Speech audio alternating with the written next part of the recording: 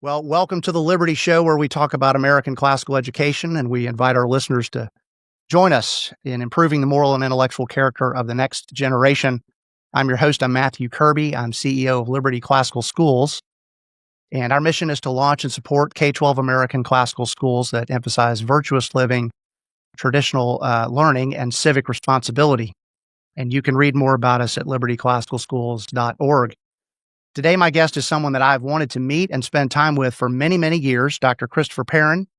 And I'm going to do a quick introduction. I can't wait to kind of jump into conversation with him.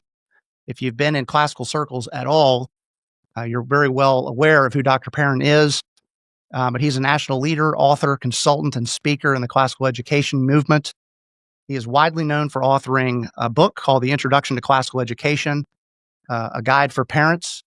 And if you have that book and you're in the Atlanta area and you didn't buy it yourself, the chances are I may have bought it for you because we bought dozens of those things years ago as we were getting ahead of the launch of our first school, Atlanta Classical Academy, because it's a great way to get your arms quickly around the fundamentals, at least, of classical education. Dr. Perrín holds a BA in history from the University of South Carolina. I hope I'll get to talk to him a little bit about South Carolina. He holds an MDiv and PhD from Westminster Theological Seminary, and he studied literature at St. John's College in Annapolis, Maryland, which is in the same town as my alma mater. In the late 90s, he founded a Christian classical school in Harrisburg, Pennsylvania, where he served as headmaster. And in 2001, he founded the Classical Academy Press, which is a curriculum, media, and consulting company serving the classical school ecosystem, if you will. He's CEO and publisher there. And if you haven't visited their website, I encourage you to do that. He's got a tremendous number of resources, excellent books there, and a delightful resource for all of those interested in classical education. His consultancy work spans into the charter, public, private, and Christian and homeschooling sectors, where he offers support. I'm going to ask him a little bit about that. And he is also the host of a very successful podcast called The Christopher Perrín Show on the True North Podcast Network. Now, Dr. Perrín, I'm so glad that you'd be willing to jump on this call with us, and delighted to talk with you today. It is my pleasure. I can't wait to get going. You get to know you. Well, good. As I said, you're very well known for describing what classical education is, and rather than just doing that straight away, I thought we might take a virtual tour through a classical school, and we could pretend it's one of mine or any of a number of classical schools around the country. But let's just say, for argument's sake, that it's a K-12 classical school. Perhaps it's in a charter environment. I suppose it could also be a public school. Maybe we'll talk about the distinctions there a little bit. But I was hoping we could sort of do a virtual walkthrough, and I could get you to sort of share with us what are the observable elements and characteristics of a classical school. So as we walk in the foyer of the school, probably meet the receptionist, and we start to look around, are there things that we might notice or see, observe right away that would stand out to you that this is indeed a classical school? What a great question. I have talked about this in the past when I've done faculty training as a 5-sense inventory, because it does get at something important, because it's hard for us to imagine doing school or education in ways that are much different from what we receive. We tend to parent the way we were parented, and we tend to teach the way we were taught. Mm-hmm. And we tend to do architecture and prefer decorum and decor based on what we know. It's hard to think outside of the box that you've lived in. And the only way that really happens is through reading and experience and conversation. So I remember as a young headmaster myself having these questions. First of all, I remember asking, what are the liberal arts again? Can I even name them? What is a liberal arts education? What is it? What are the great books? What is virtue? Why do these transcendentals of the true, the good, and the beautiful just persist throughout history as something that humans should always be aspiring to? And where is the truth in my school? Where's the goodness? And where's the beauty in my school? And these things began to challenge my own experience and background. And I knew that school could be something that transcended my own experience. Could be better, could be different. But it was hard for me to determine what those things would be. So it's a great question to ask. How do you imagine something that you haven't ever seen before? Yeah. So just think about the average, say, second grade classroom, or first grade classroom. Because of our own experience, there's a kind of decor. There's a first grade or a kindergarten aesthetic, and we all know what it is. And we'd never decorate our living room by that aesthetic. We'd never want to live in a kindergarten classroom, would we? But we think that 5-year-olds are happy to be there 7 hours a day, Right. 3.5 hours a day. So it's plastic, it's laminated materials, it's primary colors, it's cartoons and lots of them everywhere. It's bins with books and materials and visual aids, that you can see, and some of them are spilling out. Little chairs everywhere. It's not what we would call beautiful, but it is what we might call functional. And this is why the architecture of our schools are the way they are, because they've been designed in order to minimize cost and to provide for functionality.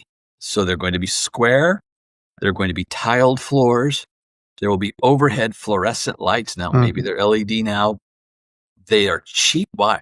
Because they're cheap and easy to maintain, and they give good light. But you would never put fluorescent lights, overhead lights in your house or a hotel lobby.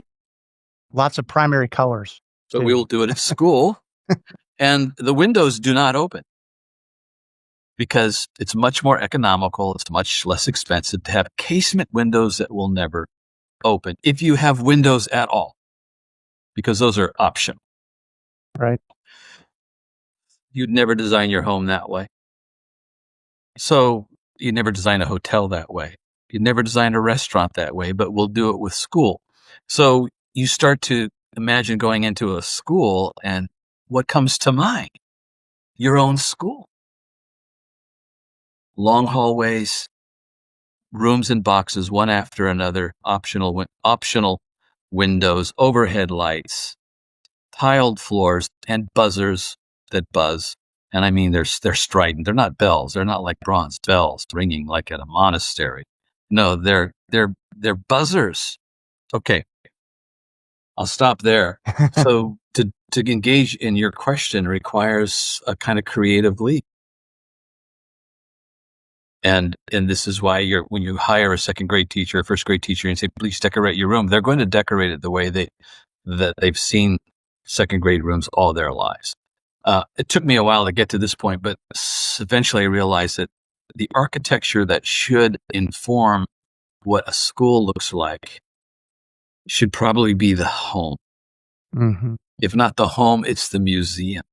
Mm-hmm. And if it's not the museum, it's a cafe or a conservatory or a church, other buildings that we love and respect and want to be in. So I walk in the lobby of the school that I'm thinking of that would be more ideal. I wouldn't see a receptionist first. I would see beautiful art first. I'd see an open space. I'd see a place that's welcoming to me, almost like a good hotel lobby or the nice anteroom to a good restaurant where there's a place to be seated and something to enjoy, and it's comfortable, and there's something to see that is equipping me or providing me with a transition so I can begin to see into the school, but I'm not quite in yet. I'm in an entryway of some kind, a lobby, a welcoming space where I can be seated, where I can see things that represent what the school is.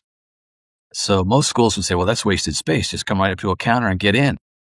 And maybe there's a buzzer. Maybe you need to get some kind of a lanyard, a sticker. And make sure the first thing that you encounter is this place going to be safe or not? I guess it's dangerous because the doors don't open unless I'm buzzed in, and I need to get some special card, and there's someone looking at me right away to make sure I'm okay to be there. They don't do that at a restaurant. They don't do that at a hotel. Yeah. So I know safety is a concern in our schools today, although your chance of being shot in a school much less than.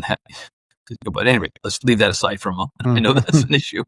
So I would see beautiful art. I'd see open space. I'd see some a place of welcome. I'd probably see maybe a display case where I could see student artwork. Maybe I could see some of the achievements of students. Maybe I could see an aquarium. Maybe there's something like you would see in a good natural science room. Maybe there's specimens to look at.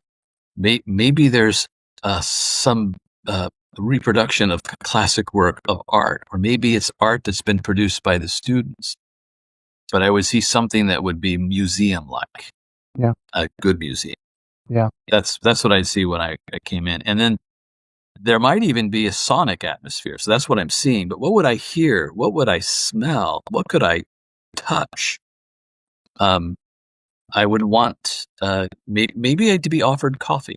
I know of one school where they always have a big silver urn of coffee going for when parents or other folks come into the school. So as I'm approaching, eventually I see somebody to approach, I would be greeted, and then I would be offered a cup of coffee if I'd like. Yeah. So there's a little hospitality. Maybe I smell some coffee that's brewing. That's what comes to mind. That's great. That's great. Well, let's keep going a little deeper into the school. And I imagine a lot of those characteristics you touched on would translate into the classroom. But what about the classroom itself? How might the classroom appear? What might be happening there? The classrooms would be more like a home than what we think of as a classroom. The classrooms would be decorated according to the historical period that is being studied in that class and the literature that may be studied if it's, say, K through 6. So the K through 6 classes can be historically oriented and literarily oriented. There would be beautiful, well-placed, curated art, and also at the appropriate scale. So what happens when a classical school first gets started is they realize they need beautiful art. And so typically, you order some 8x10 prints and you put those across the whiteboard in the front and say, oh, yeah, beautiful art. And it's even according to the theme of what we study here. But from the back of the room, they look like postage stamps. Right. They're not the right size. But again, our teachers have just been trained by their own experiences. It's not their fault. And so they can't imagine that you would actually print something that's 4x6 or 4x4. They can't imagine you would frame anything and hang it on an art rail. I mean, this is a classroom. You stick it on there with tape or something. You don't. This is a class. But no, a beautiful classroom has art curated and properly displayed, and it's much more minimalistic. So if you go to a good museum, it's not just crowded with pieces. And then that art would change. It would change seasonally. So that's why it would be framed and hung on a rail with one of those wires, so that every season, maybe 3 or 4 times a year, you could put different appropriate pieces there. So this means that the teacher, as well as being an instructor, is a muse. And that means that muses work in museums. They bring inspiration and wonder. And their classroom is an opportunity to stimulate and cultivate wonder, even in the visual field. So this means a lot of stuff has to come down. A lot of the practical stuff that you think you need, you do need, but it doesn't need to come. It doesn't be hanging on the wall all the time. Another thing that I would see, maybe I would see this in the hallway or in a little atrium area. I would see a globe on 4 wheels, one of those big ones. Mm-hmm. And it would be like 2 feet in diameter, so that any teacher could bring that globe into the classroom when it was time to teach history or geography. That means you would get rid of those small little globes that are on a shelf gathering dust and that are never used. Mm-hmm. Except when the teacher pulls it out, stands in front of the class and says, see, this is where we live. And the only thing people can see is blue and some brown and her finger on this small globe. Because even from the front of the room, you can't really see. It's just not the right scale. Yeah. That's designed to be for one person to use in front of a desk. But the big globe, people can gather around. So we have to pay attention to scale, just like you would at a museum. The right place, the right proportion, the right space to be able to view something and contemplate it. So the rooms would be homey. There would be floor lamps. There would be some rugs. There would be a comfortable place, especially with the younger kids, for them to come gather around the teacher who might be sitting in a comfortable chair and the children sitting on a rug, for her to read stories to them. The desks would be movable so that they could sometimes be in rows, sometimes be in project centers, and sometimes be in a horseshoe. The space would be flexible so that the desk could be arranged according to the learning that's occurring and ordered to and arranged to the kind of teaching and learning that's occurring in the classroom. The windows ideally would open. So when the weather's lovely, you can open the windows and feel the breeze, feel the warmth of the sun, hear the birds chirping. That would be nice if possible. Yeah. Their fluorescent lights might be there, but they'd be turned off most of the time. Right. There would be something to hear at various times during the year or during the day. There might be beautiful music playing. Probably not lyrical, probably instrumental music. There would be, if the teacher is a musician, she plays the flute or the recorder or the guitar or the clarinet, it would be hanging on a wall, reminding the students that any human can learn to play an instrument, probably should. And so this will lead me to a brief story, Matthew, but at Covenant Christian in Harrisburg, the 4th grade teacher there is a semi-professional clarinetist, and he plays the recorder beautifully as well. So he has a clarinet on a stand in his classroom, and the headmaster has given him permission to play at various times during the day when kids are coming in recess or from lunch or going to lunch, or in the beginning of the day or the end of the day. He can sometimes go out in the hallway and he'll just play. I love that. That's great. Or the other teacher who used to be there plays a guitar, and so there's a guitar in the room, and it would be played at appropriate times.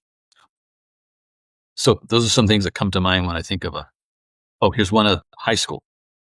Also beautiful art, maybe oriented according to history and literature. Beautiful images and portraits of authors and famous personages that are being studied. And there's a little table where there is a Keurig and a boiler, and there are porcelain cups for every student for making tea or cocoa or coffee. And if it's in high school, there is a beautiful handcrafted wooden table, a seminar table, a set of desks.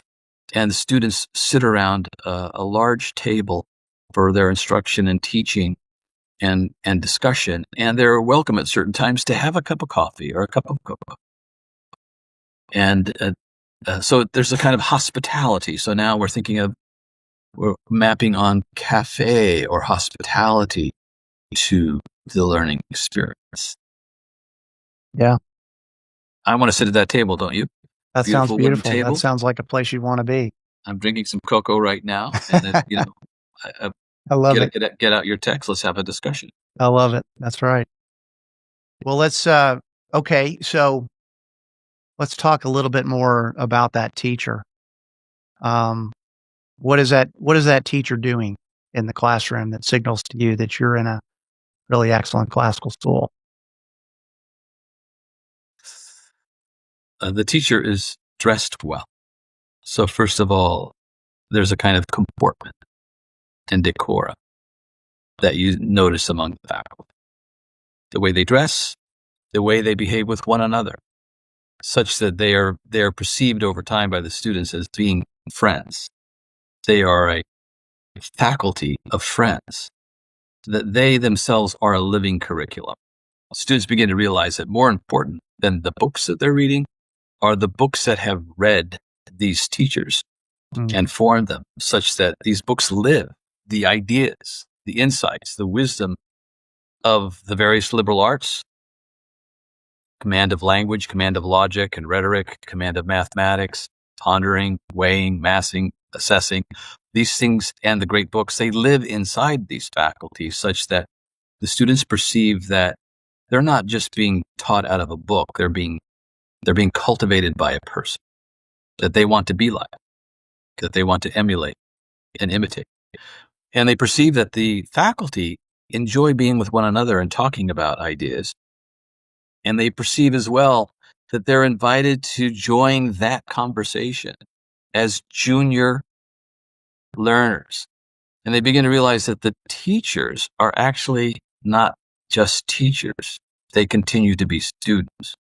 They continue to be ongoing learners. They're curious, they're inquisitive, they're always growing. And they learn that that's the essence of being a student. And so they learn that their teacher is just a more mature student. And they begin to realize that as they learn from them, they are becoming teachers. Because as they come to know something true, good, or beautiful, they can't help wanting to talk to others about it. And that turns them into a teacher. And so the lines between teacher and student begin to blur, and they begin to see them as kind of being largely overlapping, with maturity being the key distinction. Teachers are just older. They've just been doing it longer. They've just read more books. They've acquired more skill and maturity of thought. And that's perceived. So when the student comes into a classroom, what do they see? They see on the teacher's desk that the teacher is reading another book outside of the curriculum. Why are you reading A Tale of Two Cities, Mr. Johnson? We don't teach that here, do we? Oh, I know, but we're the faculty. We're reading that this quarter. Oh, your faculty read books together? Yeah, that's what we're reading. And they see things like that. Or they see Mr. Johnson with Mr. Reynolds in the cafeteria playing the guitar with him. He said, I didn't know you played the guitar. And he said, I don't. I'm trying to learn. Mr. Reynolds convinced me to get my first guitar, so I'm taking some lessons with him. You're taking lessons from Mr. Yes. I've always wanted to learn the guitar. So they see that and they perceive it. And then, of course, when you walk in the classroom, there's the various artifacts that communicate these kinds of things. They're switching out the art, like I mentioned earlier. They see they see the teacher in conversation with another student. So he's having a tutorial, and you walk in and he's finishing up a tutorial with another student, modeling that the teacher is not just interested in class time. The teacher is interested in human beings and the communication of the true, the good, and the beautiful, both in formal classroom settings, but also outside of class. You see the teacher sitting with students from time to time at lunch and gathering. You'd see students out on the recess field playing football with the middle school kids. One of the things I really used to love to do when I was head of school, I was a high school quarterback, not a great one, but I loved to play. And I would be the all-time quarterback with fifth graders and sixth graders, and they would play against each other. Yep. And when the weather was nice, especially in the fall during football season, I'd be out there. I love to do that. So you see that the teachers in these various roles. Yeah, that's great. Well, that's another thing you and I have in common, is that I also was a pretty marginal quarterback, but a big lover of the game, nonetheless. Yeah, but I think you played in college, which I well, I did do that. Okay, that you're painting a very beautiful picture in my mind, at least, and one that resonates a lot. Couple elements of this school we haven't quite touched on. One would be, of course, the books, and the other would be the students. So maybe a little bit about one of those. Let's talk about the students a little bit. Can I talk about the books first, since you mentioned? Okay, it? Sure. Because that's also, I should have mentioned that earlier. That's also what you would see in these classrooms. The school should have a library for doing some research and quiet place to study and so on. But really, the essential library of the school should live in the classrooms. The books that the students are going to be reading are on display in the classroom. I mentioned maybe images of authors and book covers could be hung as art, but there would be nice bookshelves and displays of books. And these books would not just be for display. They would be for students to take home and read. sometimes during independent time, they had finished an assignment earlier, they had a study hall. There'd be some lovely books that have already been curated that are, let's just say it's fourth grade. Yes, the fourth graders are assigned maybe 7 or 8 books that they will read with the teacher directing them throughout the year. But in addition to that, there is a number of books that are available for free reading and independent reading that also complement and extend the curriculum. Here's an example that I've seen done. And when I was head of school in 3rd grade, we taught as one of the first books, The Lion, the Witch, and the Wardrobe, the first chronicle of Narnia by Lewis. And the teacher would take, say, six weeks or so doing a deep dive, introducing the students to Narnia until they were living in Narnia and had become friends with Lucy and Susan and Peter and Edmund. And they were just, charmed by Narnia. And when it was all done, the teacher could just say something like this: well, I hope you've enjoyed this book. We're going to be moving on to another book. But, if you didn't know, there's many other chronicles that follow. There's The Horse and the Boy, The Silver Chair. There's Prince Caspian and The Voyage of the Dawn Treader. And by the way, I have several copies here if you want to take one of them. And of course, so now what are these kids doing on Saturday? They're going to continue their story. We've got them hooked, and now they're going to read more of those books. And this just reminds me of another important pedagogical principle. It's good to make haste slowly and to do deep studies of literature rather than to superficially cover books with children. It's far better to do fewer books and go deep than to do a lot of books and just skim the surfaces. Because you can't love what you skim.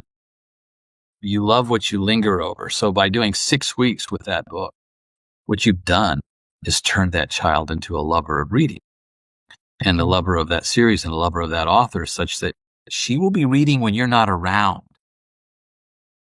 That's what love does. When you cultivate a love for something true, good, and beautiful. So books should be out. And the same thing would be true in the middle school and high school. Some books could even be displayed as if they are art, because they are. So you could have a book on a pedestal, that's displayed. And sometimes teachers have some of their favorite books they could bring in. I have a friend who's a professor. He collects books. He studies, and this is Grant Horner at the Masters University. He loves Italian history and literature. He's a Renaissance scholar. Whenever he goes to Italy, he spends more money than he has a right to. And he gets these old books. Right. And then he displays them. He brings them for people to see a book that was printed 500 years ago. So books can be art. Books can be objects of contemplation even before you read them. So I think books have a special place in that regard. Books should also be talked about. They can be a part of headmaster memos. There can be book circles, book discussion, book clubs for parents. I think it's helpful when the faculty are reading at least 1 or 2 books a year, maybe even more, maybe led by the head of school. And maybe sometimes it's just, a faculty meeting, there's a brief discussion, or sometimes there's a special meeting where everybody comes to the head of school's house on a Friday night, and there's going to be a nice meal, and then it's going to culminate in, maybe 90 minutes of discussing the faculty book. And it's turning into a social event as much as a book study. And when the students hear about that, it's another way that the school models what it means to be taught and to be an ongoing student. Yeah. Yeah. So books are really important. Very beautiful. Okay. To round it out then, before we talk about students, just to maybe set a little context that our listeners may find helpful. So our primary mission, as I mentioned at the outset, is to launch and support classical schools. We just launched Cherokee Classical Academy in a suburb north of Atlanta about 13 weeks ago. The school opened with about 520 students, kindergarten through 6th grade, and it'll scale to become a full K-12 school over time as our students advance. But a very large majority of those 520 students walked in there because their parents signed them up. We're a charter school, public school of choice. So they're there, at least by their parents' selection. One of the big questions we got a lot from families was, well, gosh, how is my child going to adapt to this classical classroom, having not necessarily grown up in it? And of course, we have found that they adapt readily, but I'm just kind of curious if you've heard that pushed back before, and sort of what is your answer to the family that is maybe concerned that Johnny or Susie, having not grown up in a classical environment, are they going to make it? Are they going to have what it takes? Will they thrive? Is it really best for them? Yeah, I would turn that question on its head. I mean, there's a number of good ways to answer it. Here's maybe just one. A good classical education is ordered to the human being. Mm-hmm. That's what's made it successful. That's why we call it classical. It means it has enduring excellence, that you just can't get rid of it. It keeps coming back because it is so good at training and cultivating human beings, because it's ordered to human nature. It teaches with the grain of human nature. And it took us centuries to understand how this was the case, to teach according to the way humans want to be taught. So, we teach students, say, grammar and language and the structure of language when they're rapidly acquiring it. When they're young, how quickly we learn language when we're younger. So this is the time to study language. It's time to study grammar at about 3rd or 4th grade, because we're ready. The brain is just designed to want to absorb language at this point. And when the kids get to be about 13 or 14, they want to reason logically. And that's why we teach them the liberal art of logic, which is the science and art of reasoning, and by implication, incorrect reasoning or the fallacies. And then as we get older, we want to learn how to express ourselves well and express our opinions and persuade others, which was why we study rhetoric in the high school years. And there's a number of other things like this we could say. I'll just say the pedagogy of singing and chanting. Mm-hmm. Children love to sing, and they'll sing a jingle they hear on the radio, and then they'll remember it forever, much to our annoyance. Well, then why don't we use songs to teach history and the water cycle and Latin vocabulary and anything that we want students to master and know forever? We use songs and jingles. We don't do this in 12th grade, but we do it in 3rd and 4th grade, in the elementary years. That's just an example of how classical education is ordered to the human. So to reverse the question, how is it that students have adapted to the progressive modern schools? They don't like it, do they? Not so well, right? It does, because it's not ordered to the human. That's why kids check out and say they don't like school by the time they're in, sometimes 5th, 6th grade. And say things like, I'm not a math person, which is, of course, ridiculous, because all persons are math persons. We all use them. Right. So they will adapt quite well when they realize that this is actually how they want to be taught. Yeah. So they're sitting in 6th or 7th grade, particularly, and we're teaching them the logical fallacies. And the kid's like, it's like, I love this. Yes. Why? It's like teaching a teenager judo. Right. Like, he wants to be able to defend himself. So we're not going to teach karate to a 4-year-old, but you teach it to a 14-year-old, they're interested. That's right. Especially the boys, girls too. That's right. So, it's a human education, and so they will adapt.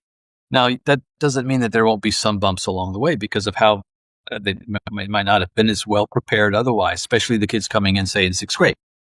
Mm-hmm. Right?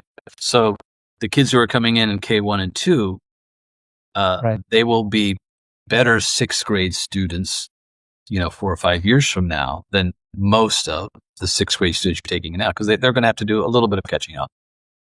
But they will adjust and feel like it fits who they are. Will they be challenged? Yes. But you know what? Kids want to be challenged. They don't want to be over challenged. They don't want to be challenged to the point where they break, but they want to aspire and they want to get stronger. They want to acquire skill. So a good teacher will know how to bend but not break, and how to create fortitude and love and zeal, to learn skill and to learn the true, the good, and the beautiful, to come to know it. Yeah. Beautiful.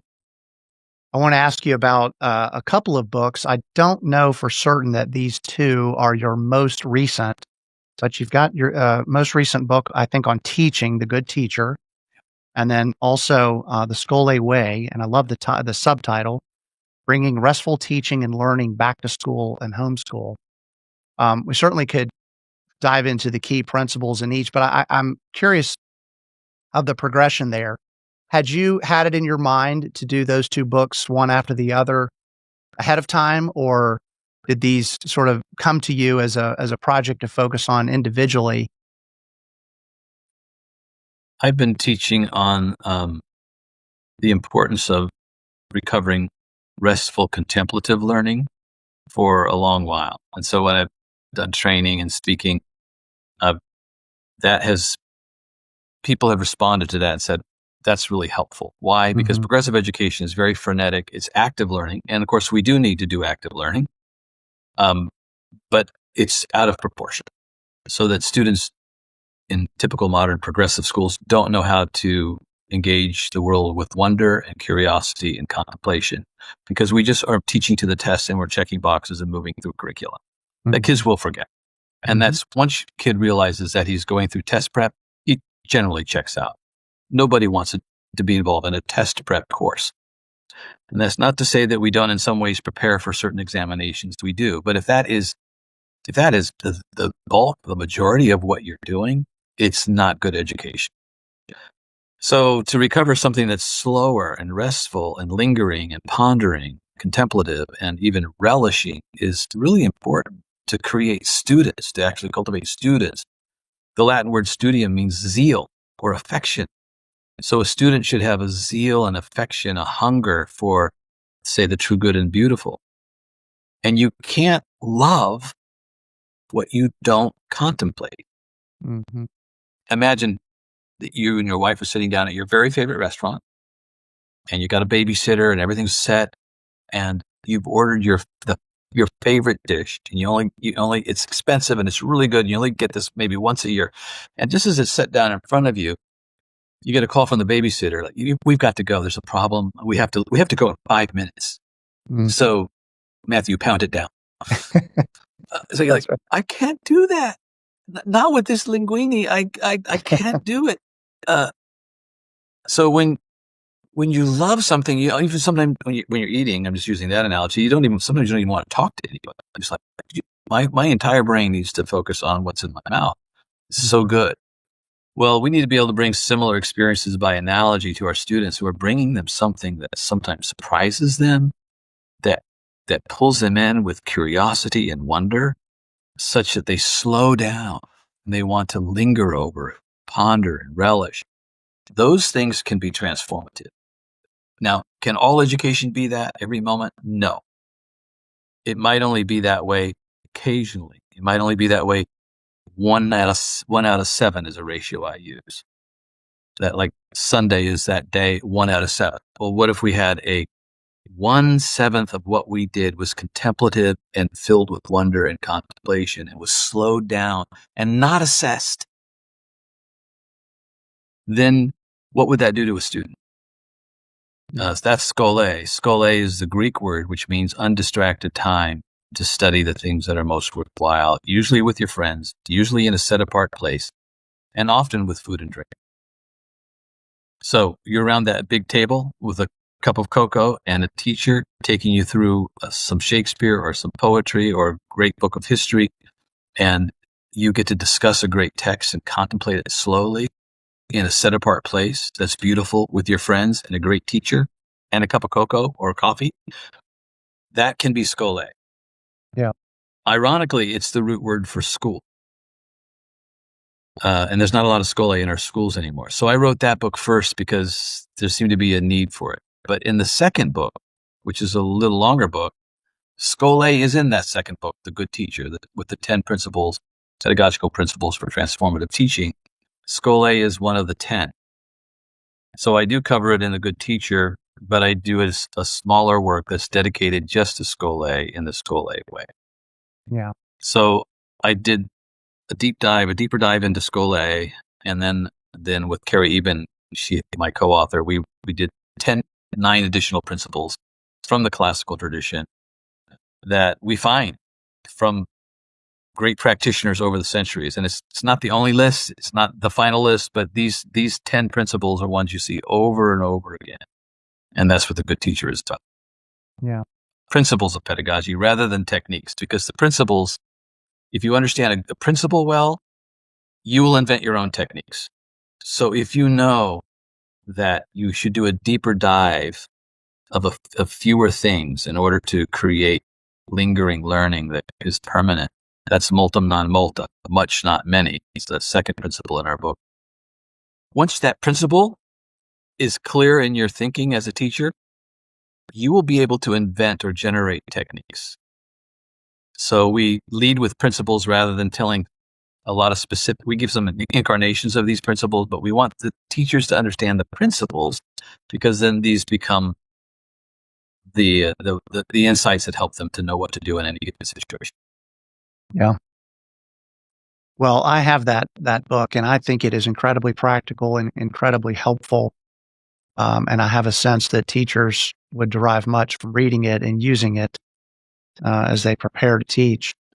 And the Scholé book, I have not acquired that one yet, but I just have to believe that concept is one that is resonating in a big way in our modern American culture right now. I sense it and I see it, and I myself experience it.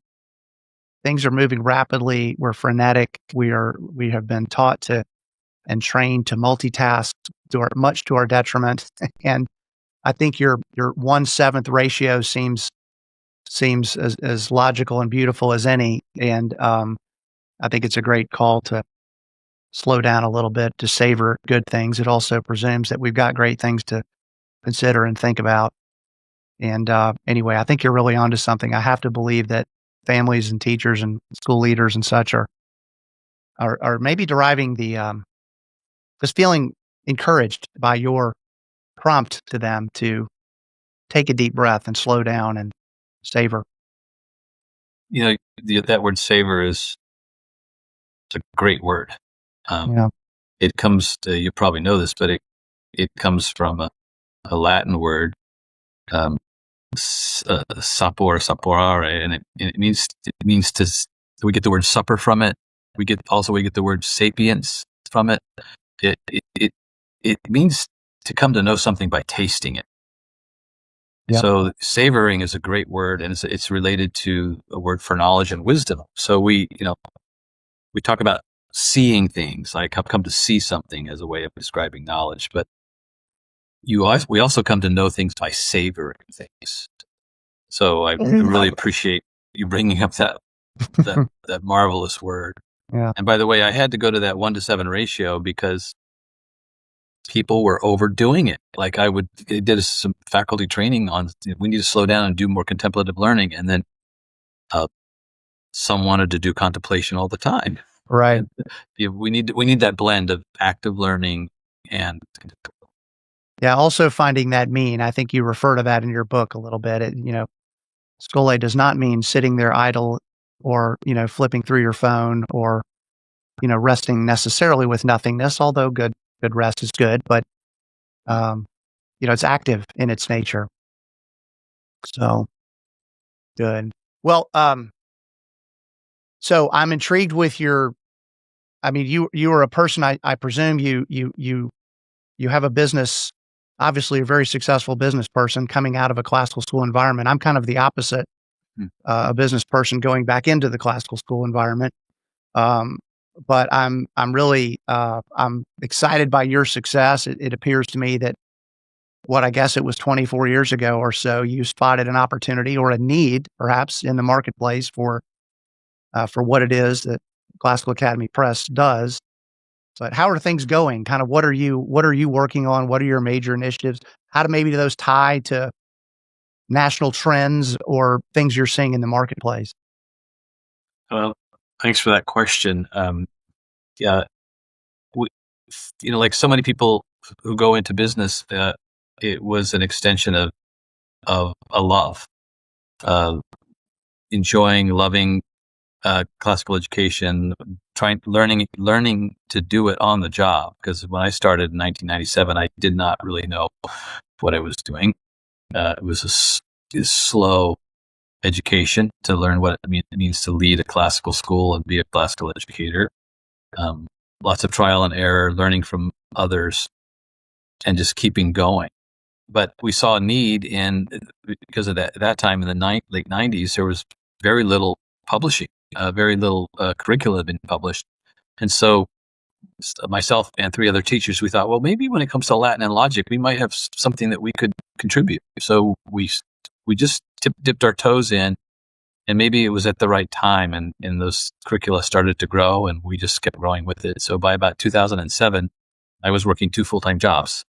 No, by 2005, my wife tapped me on the shoulder and said, you've got to choose here. And so then I left. By 2007, I resigned from my head of school role. Very peaceful transition. My kids stayed on at the school and all graduated there. And then I went full-time with Classical Academic Press.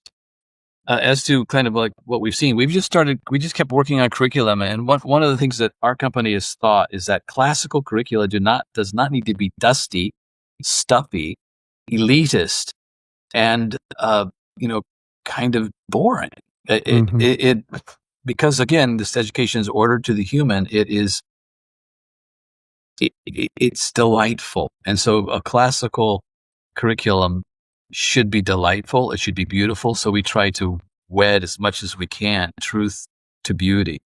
We want the 4th grader, when she holds this book in her hand, say our Latin for Children curriculum, to love it. So we're designing it with her in mind, as well as the parents and the teachers. So it's full color. It's story based, but it's teaching, Latin truly and really. We try to do that with all of our curricula. And we've been more or less successful, and we continue to refine our curricula based on the response of people using it and our own growing maturity and facility doing, curriculum creation and publishing. We also started an online teacher training platform called classicalu.com.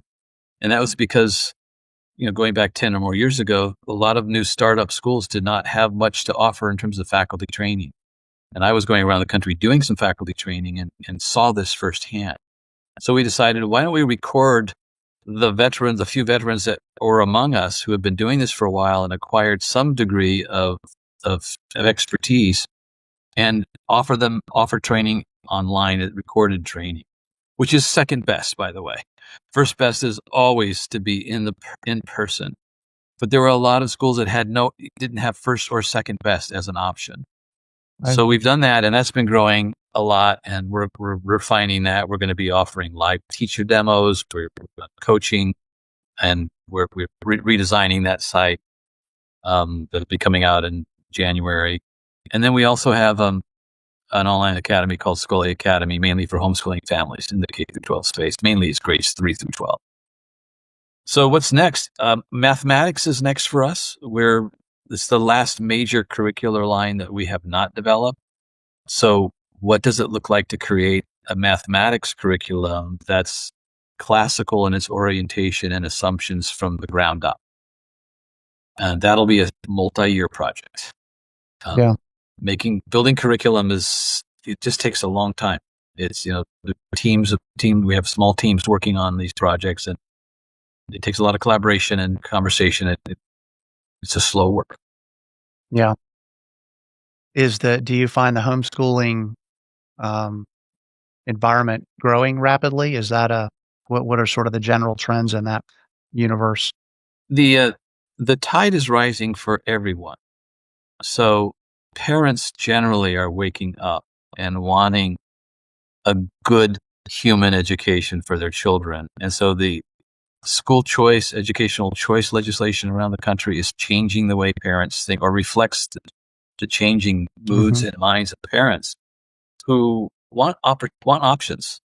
And so a number of families are homeschooling. And if you can afford it and you can do it, and it can be a really good thing.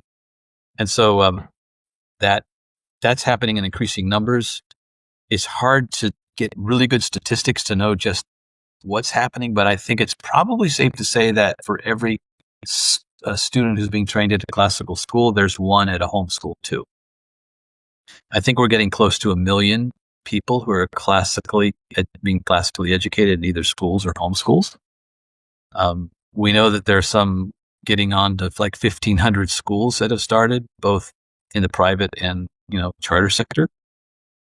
So the trend is that there's more coming, and the ESAs and the charter schools that allow for public funding of this kind of education definitely increasing in popularity. There are now, I think, almost 16 or 17 states that have some form of school choice legislation on the books.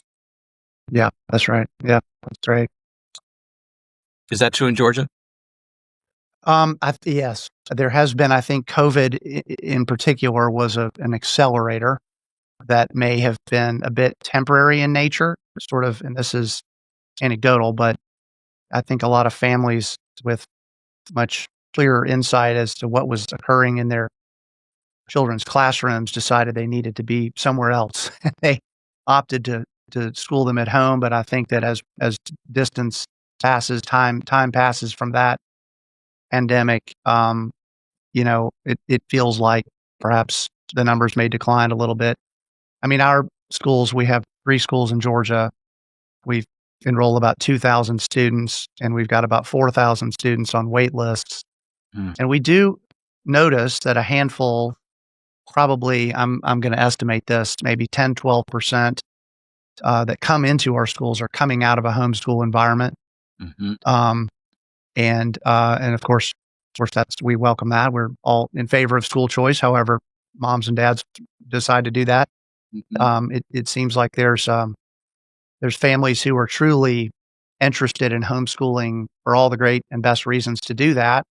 There are others that are sort of doing it out of a sense of necessity, and to the degree they can find, more of a full-time, call it traditional school environment that they trust and believe in, they'll opt in that direction. That's kind of been our observation. Yeah, I think that there's a large number of parents who, if there were a good classical school within reach and that they could afford, would choose it. I don't know what the percentage is, but I think it's a very significant percentage. So there needs to be a lot more. I think the demand is growing beyond the supply, and there's still a lack of awareness. It's growing, but there are still a lot of American families that just wouldn't know how to define or describe a classical education. Yep. So there's more work to be done in terms of just helping people to understand what it is, and then there'll be more work to start more schools. So I'm so glad that you're doing what you're doing there in Atlanta and already launching another school. There are 50 million students in the country in K through 12. Right. And if we have 1 million being classically educated, we're just getting started. That's right. And I think this too. I don't know what you think about this, Matthew, but this is just a very loose theory, okay? But some people have talked about it. How many people fought in the Revolutionary War? How many Americans were willing to take up arms? Apparently, it was like around 3%. So some people think that if 5% of the population decide to do something earnestly, that becomes a kind of force multiplier or lever, and that it can have large scale cultural influence. So I think if we could get to, say, 10%, which would be 5 million, if 5 million people were being classically educated, I think it would change this country. Yeah. I think if we got to 5%, that would be 2.5 million. I think we'd see cultural change. We're already seeing some really significant things. It's anecdotal, but people who have been classically trained and are doing really creative, interesting things in our country. Starting businesses, working in government, going into military, going into the education sector. With people who've been liberally trained, they'll be able to serve well. And isn't that what we want? We want to see our this country flourish. So I think I see it this way. I see it as large-scale national endeavor that we need to bless our communities. This country needs it. Our families need it. Churches need it. Our local towns and cities need it. The government needs it. Business needs it. So it's a way of serving and blessing this country. That's what gets me up in the morning. Well, I'm with you on that completely, and I really enjoy the way you just framed that. I mean, I think that's a great. I actually have a dinner Wednesday night with a group of donors, and I've been sort of thinking about ways to share with them, and I think your idea around the whether it's 2.5%, 5%, whatever number. I think you're right about that. I think that is very encouraging and inspiring. And sometimes there are groups and people that may mobilize to take action, whether that's through giving or launching schools, learning to launch schools. Sometimes having a goal, having a big idea like that is what people need to accelerate action. And so I'm going to be thinking about that a little bit of ways to. I mean, we're just one little teeny organization in one state in the nation, but we do have the benefit of being part of a network, a couple of different networks, and so we're in the space of where people are talking about the renewal of classical education as a way forward, both at the individual level for communities, and of course for the nation itself. And I that's how I view it. That's kind of my motivating idea, is that this work is great at every level of analysis. Yeah. And so in any event, I appreciate you sharing that thought. I think that's inspiring. And I think that we're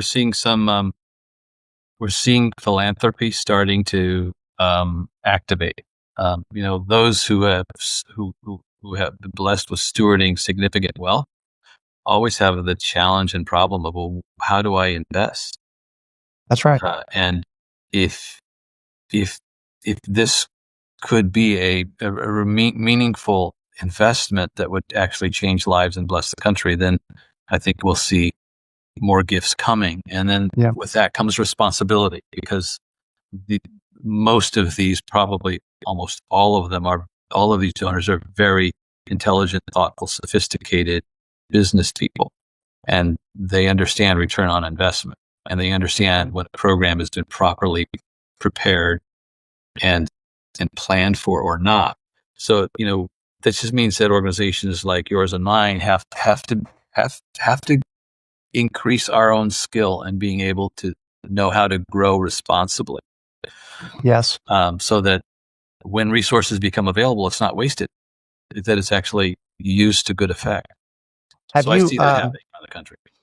Have you been in dialogue with, say, networks of classical schools that have confronted this challenge of, perhaps having even drawn financial support for growth, but also and wanting to sort of lay down the foundation of what I would just consider to be really sound business practices that are necessary, and even in this nonprofit space of classical schools, private or charter, but also kind of wanting to do that while delivering classical education with integrity. And, I think it's kind of a false distinction actually, but it comes up a lot in circles I'm in around, how can you possibly apply really sound business practices to this growing enterprise, and at the same time, be really true to the classical approach.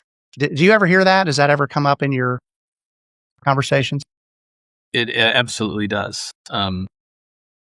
So I'll just cite one organization where I know this has been the case, and there are others. The Society for Classical Learning, under the leadership of Eric Cook. Eric has been a colleague for a while, a good friend, and he has over the last several years just been in enough conversations with high net worth donors who are interested to learn this side of to learn, if you will, the financial and stewardship realities of being able to steward and be accountable for significant investments. So he's just shared with me over the last few years, like what he's learned talking to donors who have done this, because in many cases, it is thoughtful business leaders who are donors who have essentially trained him, helped him to understand how this works, so that the Society for Classical Learning could do the kind of planning that was needed in order to be able to, steward wealth.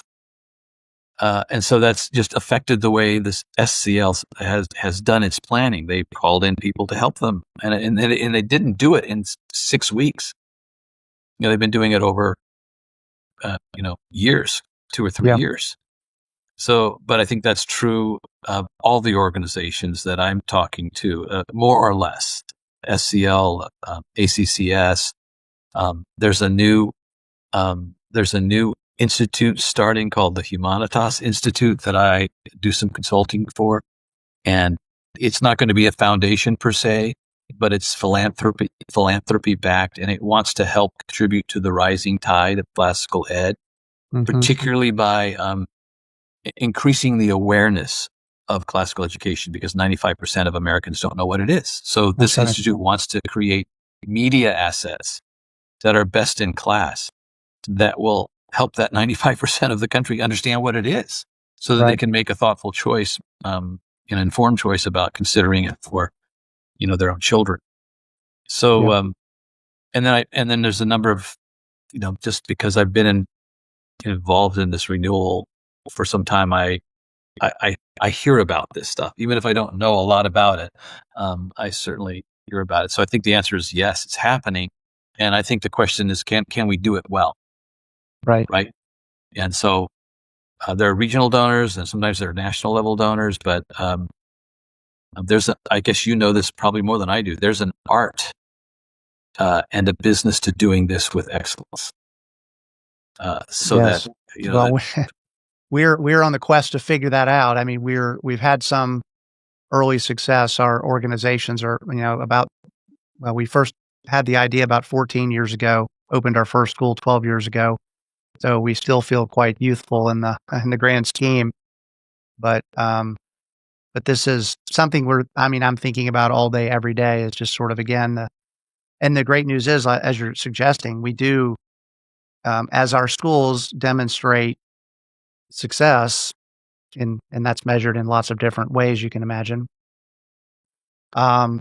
Opportunities continue to come our way, and so it's very, very exciting. And the thing we know for certain, and maybe I'm overstating that, but I don't think so. I feel like we can go into almost any community, and we don't really need a fancy marketing campaign. We just need to sit around a table with about 12 people in that community who are interested in education and tell the story of classical education. And our experience has been that seed of interest will explode into significant interest, and we'll launch a school with a long wait list, because families that, once they sort of get a taste of it, are pretty quick to give it a try and then ordinarily find that it's good. So it's, to me, that's something that's incredibly hopeful. And I certainly don't mean to be braggadocious. We're very much, experimenting and figuring out the best way to do things every day, with, I hope, a lot of humility, but also hopefully a lot of, speed to correct our errors. Yeah. And, but it just feels like we've got a nation very hungry for something different. And moms and dads, even if they can't quite give you the most articulate description of what classical education is, they sense that it is, could be a great thing for their kids and their family and their communities. So anyway. Well, I'm hearing the same thing. Yeah. It does raise another question, though, which is, how do we secure the supply to meet this demand and maintain quality? Yes. As we grow or scale, and particularly with teachers. So, we just need more better prepared classical educators. So I think I know that everybody's talking about that. And so teacher training is important, recruitment's important, getting more college programs online to offer programs that train potential teachers well. You're affiliated with Hillsdale. Hillsdale College has got a graduate program now for training a classical educator, but there's not enough of them. That's right. So I think figuring out how to grow, increase the supply of great and well-trained teachers is going to be a key need in the next 10 years. Well, and hopefully it's just a situation of exponential growth. We continue to graduate young Americans who have grown up in this kind of education. They, like my own daughter, is gone through our school, is now studying classical Latin and Greek and literature and music at Wake Forest. And I asked her maybe about 6 months ago, I said, Lucy, do you ever think you may want to pursue teaching or perhaps leadership in one of our schools? And she said, Dad, I'm studying Greek and Latin. What do you think I'm thinking about? Of course, that's what I want to do. So that's something a dad loves to hear. But no, actually, and we could probably go on, and I would love to actually talk more about that and maybe find some ways to collaborate on that. But I totally agree. We put a lot of emphasis, and Hillsdale does too, as a partner of ours. We've pretty well put our finger on that very thing, that developing teachers, and I would also say school leaders, principals, head of schools. We've sort of actually recently started to identify that, we've got a lot of good resources for teachers, and we think we have an idea how to train them and develop them over time. And it is a time-consuming endeavor no matter what. And then we've got some pretty good programs, and as you've mentioned, some graduate programs that are particularly helpful for head of school types. And we've also put infrastructure in place there. But what we've recently put our finger on is that transition from teacher to principal is another kind of ladder step on the ladder there that we need to do better of helping young teachers that are have aspirations for leadership. We need to be able to serve them and help them make that transition as well, which is another interesting challenge, because while we're doing that, we never want to insinuate that remaining a master teacher is somehow less than anything, because it isn't. That's the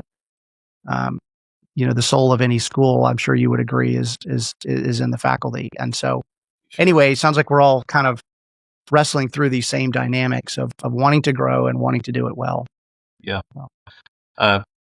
It makes me think about how it'll be useful to have some convenings of leaders to compare notes and talk about these things. I know the Humanitas Institute wants to convene gatherings for this purpose.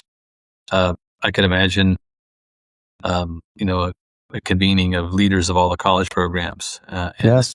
and to invite people who might want to create a program. Because I think regionally it would be helpful if there was within driving distance a master's program, say, that were available to most of our classical schools. Here in Pennsylvania, at Eastern University, there's the Templeton Honors College run by Dr. Brian Williams, and they have the Master of Arts in Teaching program at Templeton, and it does a great job of training teachers and potential leaders, such that around Philadelphia and even into the Harrisburg area, it's drivable. And so there's over the last 7 or 8 years, there have been graduates of that program just populating the schools around Philadelphia.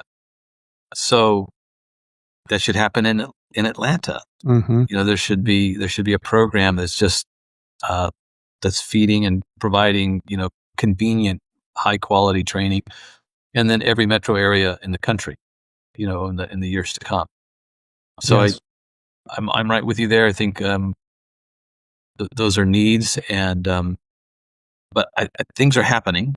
But again, with strategy, investment, the right programs, the right lessons learned, I think we could do this well and faster if we just communicate with one another. Well, just to touch on it briefly, because we frequently refer to this as kind of our most essential limiting factor in Georgia, and actually I know this to be a national challenge, particularly in the charter school movement, but facilities identification, preparation, financing is a very significant issue as well. I would, just may or may not find this interesting, but in Georgia, we feel like we've got a pretty strong political environment or the perpetuation of our mission. We know we've got very, very strong public demand for what we're doing. We feel like even from a stream of interested teachers and leaders, we feel pretty good about the quantity and quality of applicants that we get. Not to say we can't focus on training and development programs as we were just describing, but really the limiting factor at the moment is for startup schools to be able to secure a facility that that works well. Now, in fairness, we are creating schools that have 700 to 1,000 students K-12. So usually about 54 to 72 students per grade. So we're not planting micro schools. We're planting, full on K-12 academies that have many of the extracurricular activities and fine arts and sports and so forth that other schools would. And that's a strategic decision we've made. We certainly could orient the schools to be significantly smaller, although frankly, I'm not sure the funding works out quite as well. But in any event, so that's just kind of in addition to the human capital side of things, the facilities formula is a difficult one to work out as well. So. Yeah. It's a multifaceted endeavor. That's right. With so many different components, both the business, the stewardship, the financial, the educational, parental, the communal, the familial, the ecclesial. It's all there. Yeah. But that's what education is. That's right. Yeah. Well, and we love to learn, we love to solve these problems, and we feel, we're very devoted to this mission because we've experienced the beauty of this thing, both for our own children and our own families, but also to see a family that's really looking for options that does not find a fit either in private schools or in the public schools. It's really a joy of my life to be part of that solution for certain families that otherwise wouldn't have it. So I feel very grateful. I know you do too, to be part of that. So. It's true. It's I don't know. It's such rewarding work. Our team, whenever we talk, we express our gratitude for being able to do something that's really meaningful. Yeah. So any of your viewers or listeners who are ready to do what you've done, should consider it, because that's right. It's like, if you're working successfully, at something, that's probably still good work. But what if you could work doing something that you really loved and that was great work? Maybe you'll earn less money, but your soul will be fat. That's right. Well said. Well said. You should come. Well, Dr. Perrín, you've been an inspiration to me. I'm thrilled that we finally got to meet. Again, I picked up your original introduction to classical education so many years ago, and have read it. It meant a lot to me in the early days of me getting my arms around this beautiful approach to the formation of moral and intellectual character. And so I just want to thank you for your contribution nationally. I'm sure you've done great things for your own team and your faculty and the leaders of your school and so forth there in Pennsylvania. But you've made this possible for thousands, possibly hundreds of thousands across the country. And anyway, I just hope that you take pride in that, and the good kind of pride, and feel good about your work, because you really should. So, well, you're kind, Matthew. It's always a pleasure to meet a kindred spirit. Yes, sir. The same sacrifices for the same reasons and for the same loves. I'm so glad to get to know you and hear more about Liberty Classical Schools. And I'm excited to hear about another one starting. And I bet there'll be one after that. Well, we certainly hope so. Well, all right. I was going to do a little bit. I won't call it a lightning round, because that would just imply like a one-word answer. We'll call it a short answer round, and then we'll wrap things up, if that's okay. So short answer here. Did you have a teacher in your own life that had a significantly positive impact on you? Yes. John Frame, a theology professor at Westminster Seminary in California. Awesome. The best thing about, I don't know if you'd consider yourself a Navy brat. Maybe that's too negative of a term, but what's the best thing about that experience for you? traveling and learning about other cultures, widening my horizons, and acquiring a curiosity about language. Great. What was the worst thing about it? My dad leaving Guam before we had sold our house and being without my dad for a year. I can He imagine. had to report for duty at Paris Island. Ooh, boy, that's a pretty big transition. Mm-hmm. Okay, yeah, that's a tough one. Do you have do you have hobbies outside of intellectual pursuits? Yes, music, although you could say it's one of the liberal arts, but I'm not great at it, but I love the guitar. I play the guitar. Great. Another thing we have in common. That's good. Um, of the classical figures, is there one that's particularly inspiring to you? There's several. I enjoy Aristotle, Mhm. Plato, Augustine, um, and I enjoy very much John Henry Newman and G.K. Chesterton, if you want to put him adjacent to the classical tradition. Mhm. Mhm. Excellent. And maybe you've just answered this question, but a book or books that have been most impactful to you and shaped your view of the world? G.K. Chesterton's book, Orthodoxy. Yes. He'd written a book called Heretics, where he criticizes a number of British figures, and someone said, "Well, that's nice, Chesterton. You're criticizing everybody. Why don't you tell us what you believe so that you can make yourself subject to criticism?"